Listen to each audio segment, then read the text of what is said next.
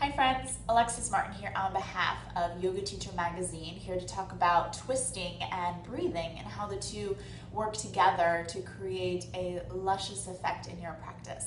So first off, let's talk about what the pelvis has to do with the spine. So the pelvis is kind of like a pot from which the plant grows out of.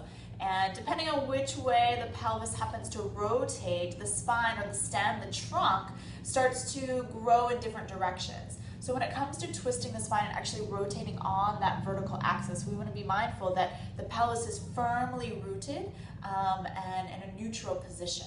So to find that space, Virasana. So if you can't quite suit your sit bones all the way down to the mat, then feel free to use a block or a prop or a blanket or something up underneath your sit bones. But the point of this is to really find the lengthening in the full spinal space. So feel the sit bones rooting all the way down deep into the earth, as if someone were to pull you up underneath your armpits and you wouldn't go anywhere. You're just anchored so heavily down into the mat. And then as you feel as much anchoring down, start to feel the lifting up. It's almost as if you're squeezing everything out of a toothpaste. Your chest cavity becomes nice and buoyant and you feel this broadness across the collarbones. This length between each of the vertebrae gives you the lightness and the space to be able to rotate the spine from there. Now the other thing you can think about here, if you twist in one direction, it doesn't really matter which way, but the opposite way in which you're twisting, that sit bone is going to root down in even more. So it's almost as if the pelvic cavity is twisting in one direction and the chest cavity is twisting in the other. And you get this twisting sensation that really happens in the thoracic, not so much in the lumbar, through the stability and the grounding of the pelvic floor. So how can we apply this into a twisting posture? Let's use Matsyendrasana today.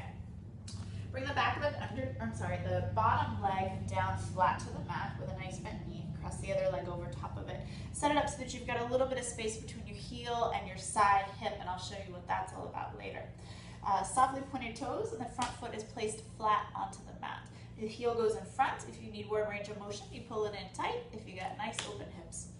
From here, take the back hand back behind you and find space as you root the sit bones down and the chest cavity lifts up. You soften the front ribs with the transverse abdominis, and then as you start to twist the spine, the back ribs come in towards the body, and you can actually hook the shoulder over top of the knee and get a nice connection in the knee joint. And then once again, find that lift again. So you're going to lift the chest up as you root down into your sit bones. Maybe you're going to push your feet and your legs into the mat.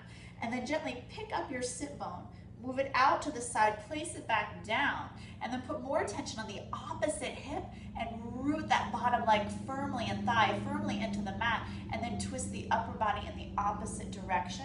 And you'll actually feel as if you're wringing out the spine just like you would a wet rag.